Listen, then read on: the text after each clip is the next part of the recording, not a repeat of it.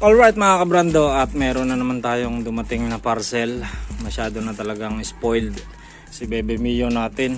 At ari nga ay ang crankcase acrylic cover. Yan, cover ho din at saka ho din sa bandang likod. Bali itong ating crankcase cover ay hindi pang sporty. Ari ho ay pang salty. Yan, tsaka pang soul. So nagkamali tayo nung unang order, kaya binebenta na natin yung unang acrylic natin, pang sporty ho yun.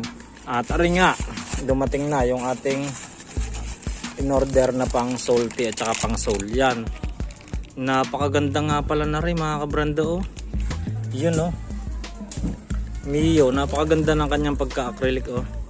Bagay na bagay, ating testingin din ayan Tapos siya ay may sticker din sa gilid, pinaka-adhesive, 3M adhesive sticker. Ayan nakaganyan siya.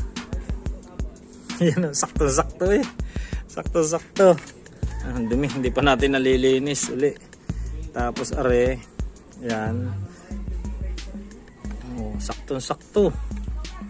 Exactly sa butas.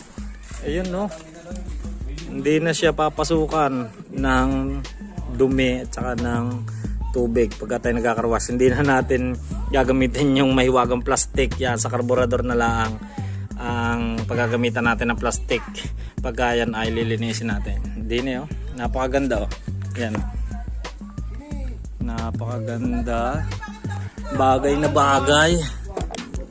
Yan, naikabit na natin mga brando. Fix na yan, hindi napapasok dyan ng tubig walang kabutas-butas, hindi makakasingit. Yan,